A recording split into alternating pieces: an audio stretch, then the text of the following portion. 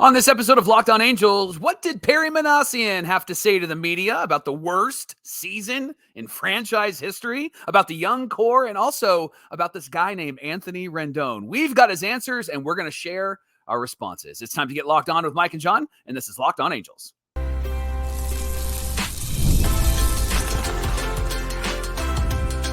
You are Locked On Angels, your daily Los Angeles Angels podcast. Part of the Locked On Podcast Network, your team every day. Thanks for making Locked On Angels your first listen of the day. You can find us wherever you get your podcasts, including Apple Podcasts, Spotify, and SiriusXM by searching Locked On Angels. And if you'd like to give back to the Super Halo Bros for all the Super Halo content, here's some things that you can do. Leave us a rate and a review on Apple Podcasts. If you're watching on YouTube, hit that thumbs up button. And if you're not subscribed already, please subscribe and become a Locked On Everydayer. And whether you're watching or listening, come over to YouTube, leave a comment. It's one of the best ways to get in touch with John and I and be a part of the conversation. And this episode of Locked On Angels is brought to you by Booking.com. Booking.yeah, the right stay can make you a fan in any city. Book today on Booking.com, the official accommodation partner of Major League Baseball. Get the Booking.com app today. Thank you for being here for this episode of Locked On Angels, where it's your team every day. You've got the Frisch Brothers here with you, a.k.a. the Super Halo Bros. My name is John, and that's my brother Mike. And my name is Mike, and that's my brother John. Hey, we wrapped up our third season here at Locked On Angels, but we'll continue to talk Angels baseball Monday through Friday, 5 days a week, every single weekday. We're so excited to have these conversations. And to be honest, when August and September are as rough as it was for the Angels, this part is fun because we get a lot more discussion and things like that, right, Mike? I just told an everydayer yesterday that actually off-season Angel baseball podcasting is so much more fun because your heart's not getting broken and the Angels are dramatic. And so there's a lot to talk about when it comes to this team in the off-season. So, and then we don't, have to worry ourselves to death because they're not winning, right? Exactly. Hey, before we get into today's show, I just want to remind everybody that the roster report card for 2024, there's a link in the episode description. Now, I did post some social comments or some social posts to say, hey, go do this, and leaving a comment that says F or the whole team gets an F, that doesn't work and it doesn't help. And so you want to actually go to the Google Doc and fill that out. Click the link, fill it out. You can put all the Fs you want there. Yes. But we are out of Fs to give on our social posts, Mike. There you go. Sorry for the families. Hey, on today's show, Perry Minasian spoke to the media during the press conference on Monday. We got great details from Sam Blum of The Athletic, Jeff Fletcher, the OC Register, and Rhett Bollinger, who covers the Angels for MLB.com. We kind of got bits and pieces from all of their perspectives on today's show. And what did Perry have to say about this season, the future of the team, Anthony Rendon, Mike Trout, all of that? First, Mike, let's talk about how he views the season where the Angels earned the most losses in franchise history. How did he address that? Yeah, he said, I know that this is a tough year. It's a frustrating year for all of us. I'll be the first one to say that, but big picture, I'm really excited where this thing's going. I've been in situations like this in other organizations where we've had really tough seasons, but you can usually point to a season where things change, not necessarily in the win-loss column, but where players took huge leaps and caused a jump in wins and a jump to contention. We need a young core to build around, and we finally have it, is what Perry said. Yeah, and then he continued, as far as the season goes, very frustrating from a small picture standpoint. Big picture, there are a lot of things to be excited about. I believe this is the type of year that we'll look back at a year from now, 2 years from now, and say, that was huge. Mike, is this the typical Halo hopium, or does Perry have a point about the young team and 2024 being a quote-unquote huge year? It sounds like his timing lines up with kind of what we said. We feel like this team can be competitive in 2026. Is this hopium, or is there a point here? I think that there's always going to be some hopium in the conversation with Perry Minasian, but I do think there is some reality in the fact that we have talked, everydayers have talked, fans have talked about how the Angels young guys needed a season to really get going, to work out the kinks, to learn how to be Major League Baseball players. There's always those seasons where the hard knocks happen. And this could potentially be the hard knock season. And so I agree with him from that perspective. I just don't agree and we'll get into this later. I just don't agree in like, yeah, we're just going to run with these guys. You know, we're just going to go with young guys. We're just going to have right. Like, I think that these guys need some help. And so there is some hopium in that these guys are going to continue to develop. There's no indications as to the fact that they're not going to. However, I do think that with what has happened with this team this last season, it has been a good season for these young guys to figure some things out. Yeah, I agree in the sense that you have to zoom out from the 63-99 worst franchise amount of losses ever, things like that. Because yes, on the scorecard, it's going to look really bad. On Baseball Reference, it's going to look really bad. But you know what we do sometimes is we look at Hunter Renfroe and go, hey, he could hit about 30 home runs for us. And then get some time, right? So the stats at the end of the day, what's on Baseball Reference at the end of the day doesn't give you the full picture. And I think that's easy for Angel fans to look at this season and go, oh my gosh, what an embarrassment, this and that and the other. And it is, quite frankly, it is an embarrassment because you could have done so much more coming into the season that the Angels didn't do. But what you have to look for, and this is probably the hopium part, but it's also the truth. Zach Neto hits a franchise record amount of home runs from the shortstop position. Joe Adell, for most of the season, is the number one right fielder in terms of outs above average and defensive runs saved, right? And those things don't happen if we don't have the leadership in place, the things that these guys have practiced going into the season. Look, this was a rough around the edges roster, and we all knew that going in. And the point of this year was to get these guys into a somewhat respectable place. And I think they've done that. Look, you learn the fact that Logan O'Hoppe probably shouldn't catch 150 games in a season, considering what happened to him and how he kind of got worn out there in August. And so if you put that workload on him next year, you can expect that maybe next year by August, he's going to be worn out. Sure. So maybe you don't do that again. I think that's what you have to look for. And again, baseball is very nuanced. It's probably the most nuanced sport in all of professional sports. And when you look at those sorts of factors, I think that's what Perry is pointing to. And yes, he's going to discount the record. He's going to shrug that off because it's under his regime and it's under the staff that he hired. It's all under that. And so I think there's a little bit of that there. I think there's a little bit of hopium there. But again, I think that there's some truth to the big picture scheme of things. And I think that's what Perry is talking about here. Yeah, on the staff side, Ron Washington and the coaching staff, Perry said that Ron was perfect for me. Obviously, we want to win more games, but as far as what my vision for that spot needed to be, first and foremost, accountability is number one, and creating accountability in that room, creating expectations in that room, creating a work ethic in that room, teaching from a game standpoint, from a situation to situation standpoint.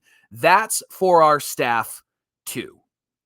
Yeah, Minasian said he wanted to keep all the coaches because continuity is really important to me as well. Mike, based on his comments here, why do you think Perry is so high on Ron Washington? We've seen it already. You know, some Angel fans say, fire Ron Washington, but it's clear that Perry doesn't feel the same way. Why is that? Yeah, because Ron's a likable guy, and he's a guy that has a pretty good history. Great manager with the Texas Rangers, was great with the Oakland A's as an assistant coach, and then also with the Braves.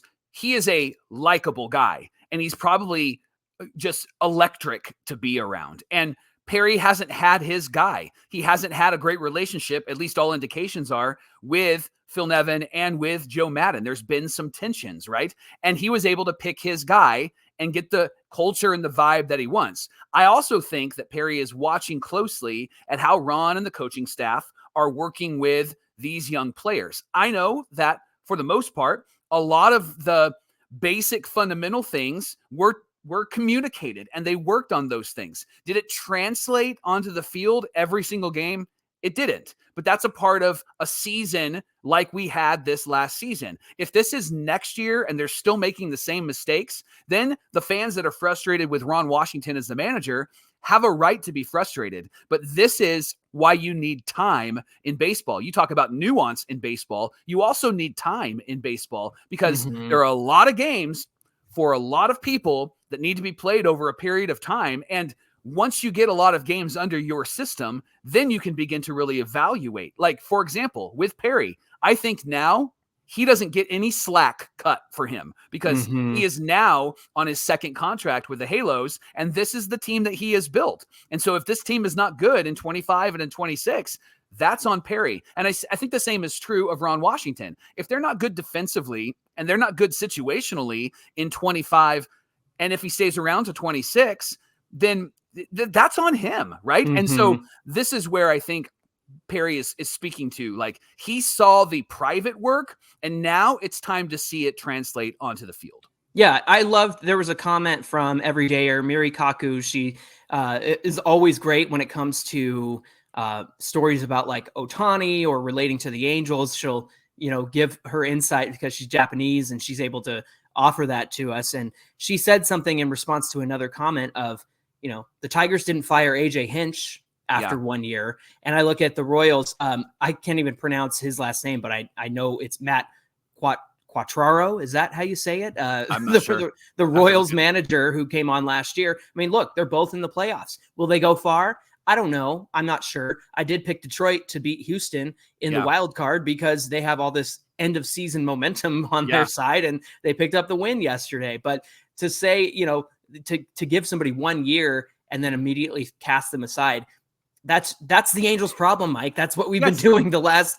80 years, right? Yes. And when I read comments that say, hey, fire this guy after a short amount of time, what it does for me as somebody who is the boss at the organization that I lead, it says, I would not hire you because your decisions are way too quick. They're way too emotional. There isn't wisdom in those decisions. And I get the frustration with Ron Washington and I get the frustration with Perry Minasian, but now time really helps you to see what they've been able to do. And it's one of those situations, John, where remember when they got rid of the really good guy who drafted Trout and Skaggs and I can't think of the guy's name at the time, but they got rid of him. And then we're reaping the benefits of his scouting years later. And everybody's like, oh, he actually wasn't that bad, because he wasn't that bad. He was a great scout who had the Angels select some really, really great pitchers and really, really great players like Mike Trout, right? And so that's the thing. You need time to see what happens. You can't judge a batting average off of 50 at bats. We've talked about Joe Adell. He needed 600 at bats. Johnny, he didn't have that this year. I think he needs another 600 at bats so that you can see what kind of player he is and what he can turn into. Time in baseball is so important because there are so many games. It's not like football where it's week to week to week and it's very short term. In baseball, you just need to give time to all of the people involved. Not all of the time in the world, but enough time to make a good, clear evaluation of the work that they've done. Eddie Bain is the name you're looking for. Yeah, there was a conflict between him and Tony Regans, and Tony gave him the axe. So, he hit on those guys in 2009. But did he hit every draft? No, not necessarily. But that's, again, you got to give people time. You got to give people time to develop what they want in place. I think that's what Ron Washington has done. We talk about the accountability in the room. Perry Minasian mentioned that, and we heard it at the beginning of the season. If you're not going to pull your weight, you're not going to be on the team.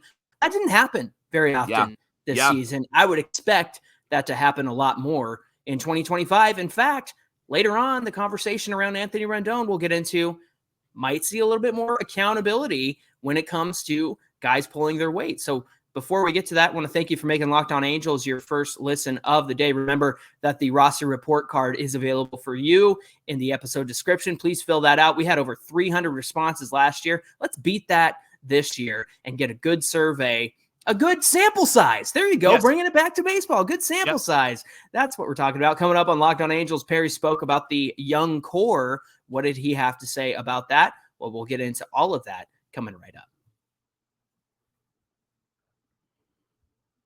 Locked On Angels is brought to you by FanDuel. They are America's #1 sportsbook. And when you're watching games and you get a hunch or a stirring in the middle of a game and you want to go check out the latest stats, you can on FanDuel. You can view live play-by-play and so much more on the same page where you place your bets. So that way you can be a smart bettor and you can win a whole lot more money with FanDuel. And right now they're going to help you out and hook you up. Get started with $200 in bonus bets guaranteed when you place your first $5 bet. And it all begins at FanDuel.com. And today's show is brought to you by our friends at Prize Picks, America's #1 daily fantasy sports app with over 5 million active members. The most exciting and easy way to play daily fantasy sports is with Prize Picks. It's just you against the numbers. You just pick more or less on 2 to 6 player stat projections and watch the winnings roll in. In fact, you can win up to 100 times your money on Prize Picks with as little as 4 correct picks. You could do football, you could do MLB playoffs. Everything is available to you, and all you have to do is pick more or less on 2 to 6 player stat projections, and you're done. That's it. Download Prize Picks today. Use our code LOCKEDONMLB to get $50 instantly when you play $5. That's a $45 profit just for trying out Prize Picks. So again, use our code LOCKEDONMLB on Prize Picks to get $50 instantly when you play $5. You don't even have to win to get that $50 bonus. It's guaranteed. So again, head on over to Prize Picks. Prize Picks, run your game. This is the Locked On Podcast Network, and you're listening to Locked On Angels. Thanks for making us your first listen of the day. And we would love for you to join us on Saturday. We are bowling with the Angel players. We're bowling with everydayers, and we're bowling with Logan O'Hoppe. It's a fundraiser for Corey's Promise, an organization that helps families with the financial costs as their children are dealing with childhood cancer. And you can come and hang with us by clicking the link in the episode description to get your tickets. We are going to be at Cow Bowl in Lakewood from 1 to 4 p.m. John will be there. I'll be there. I have a team. He has a team. And we have merch for you. We would love to hang out with you. So click that link in the episode description and buy your tickets for the O'Hoppe All-Star Bowl. And then when you do, check out with our promo code BROS, BROS, at checkout. You'll get $50 off your ticket. Honored to be a part of this day. Honored to have you there with us. Come and hang with us this Saturday at the O'Hoppe All-Star Bowl. Hey, I think Little Ruben's going to be there. I saw on I Twitter. saw that, yes. Yeah. It's Cedric Mullins again. I can't. Should I show up with like a Cedric Mullins shirt for him? Oh, yes. Man, that's going to be so exciting. I can't wait to meet him. Mike, Perry Minasian continued his press conference speaking about the young core and the player additions. Here's what he had to say on the young core and where they can go. Minasian pointed to the Diamondbacks for going from 52 wins in 2021 to a World Series berth in 2023. The Royals going from 56 wins last year to winning 86 games this year as examples of clubs who turn things around in a hurry because they built around young players that they developed. And he also said for this organization to do that, we needed to have the young core build around. And he continued and he said, I believe in this young core. We finally have it. They're really exciting to watch. And then he said, John, on the needs of the team and adding to the roster, he made it very clear that the Angels aren't simply going to hope for better health and internal improvement to be better. In fact, his quote was, we definitely need more players. There's no secret there. Yeah, he added that he's open to adding everywhere on the field. He said they're set with Neto, O'Hoppe, Shawnuel at their positions. They feel comfortable with Taylor Ward in left field. He said, with that being said, we're going to take a look at the rest of these spots and see what's out there and what makes us better. In terms of payroll, he said, I haven't had those conversations with ownership yet. I will. All I can tell you is that this is a motivated group. They're invested in this club. Man, we hear that every single year. Yeah. They're very motivated. Mike, can the Angels realistically be like the Royals, the Diamondbacks, even the Rangers, who went from 68 wins, I want to say off the top of my head, in 2022 to the World Series champions in 2023? Is he right about the young core? Is this realistic? What do you say? Yeah, make the right moves and you're there. Get the right pitchers and a couple of bats and you're there. And that's the thing with this team is that if you give them the players that they need instead of trying to hope that this guy will be the guy, which specifically like Christian Moore, love him.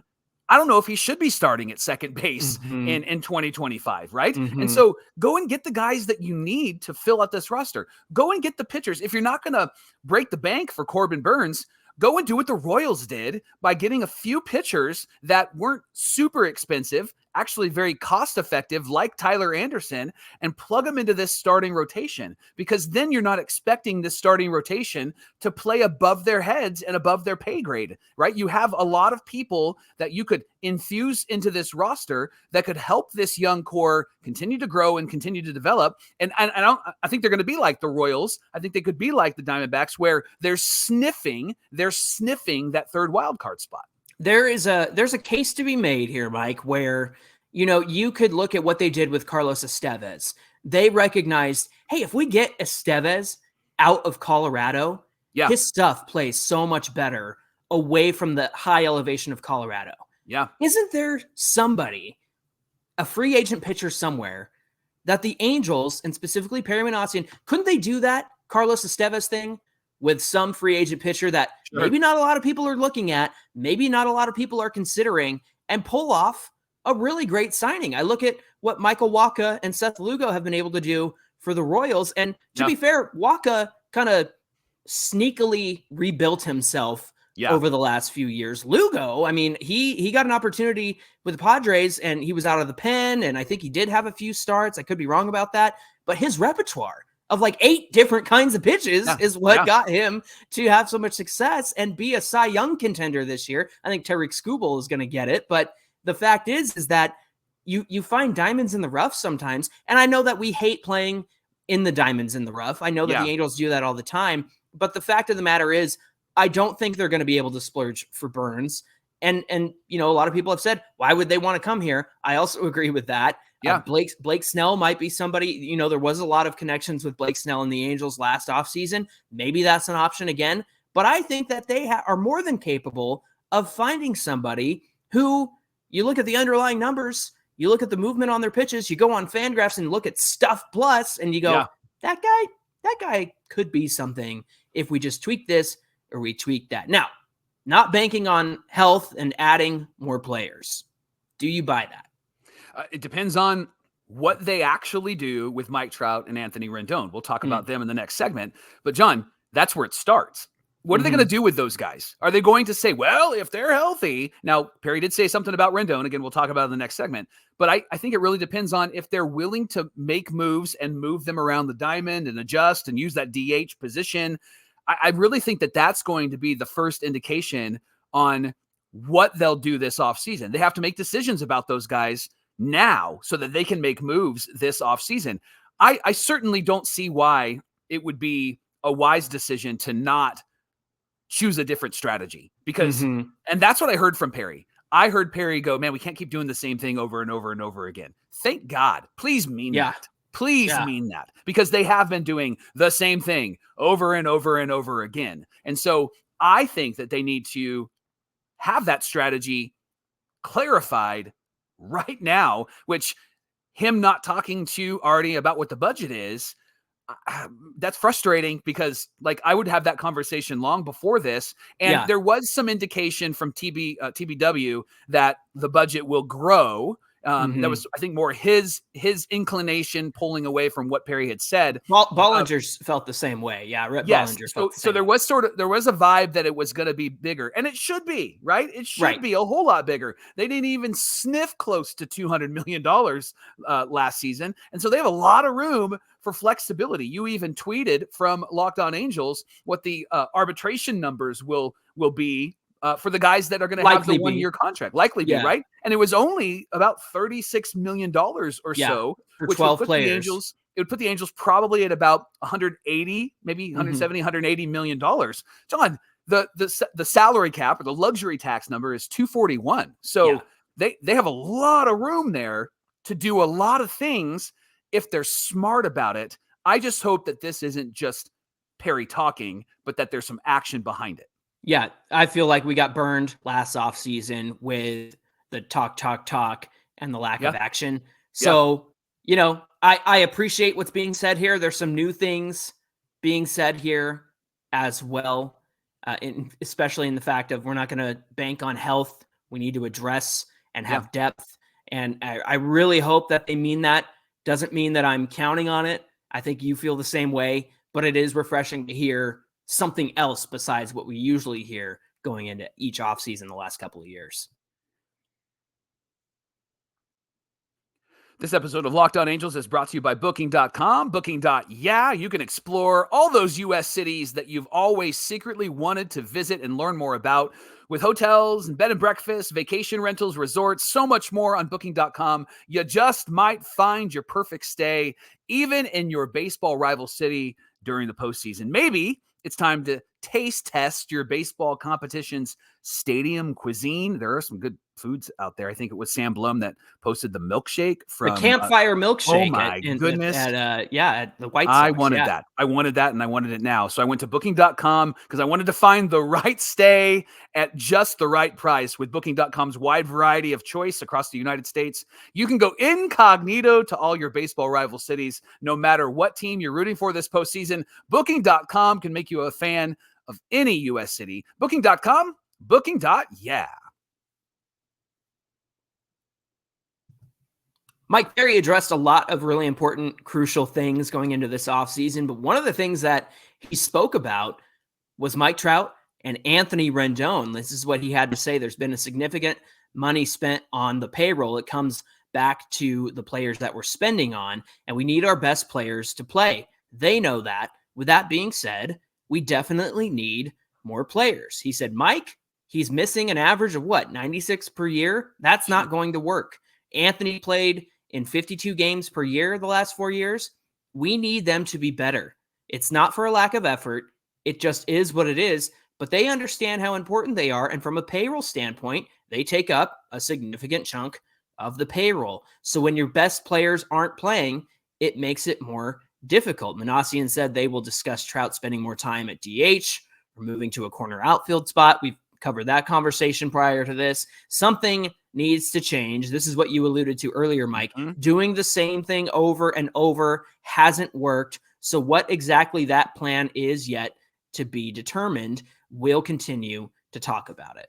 Johnny, on Anthony Rendon, Minasian's tone was a bit shifted than it was in years past. Years past was, man, if he's healthy and we're going to have him at third and he's going to be the starter. But then he said these things. He made it very clear that Anthony Rendon not only needs to find a way to stay healthy, but to perform better. When Anthony has played, he hasn't been productive, so he's going to have to come in and earn it. There's no handouts. We're starting to create some depth. We have some versatile players that can do something about things and do some things differently. So the best players are going to play, no doubt about that. Then he said, we're going to look at everything when he talked about Anthony Rendon and was he assured a roster spot? And every Angel fan went, ooh, right? They were all excited about that.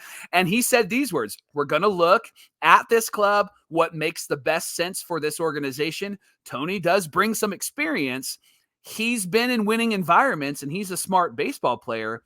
But for everybody, not just Tony, guys are going to have to come in and earn their jobs. John, this is so different than what we've heard specifically with Anthony Rendon than in years past. And he left the door open. Jeff Fletcher actually said he cracked it just a little bit, right?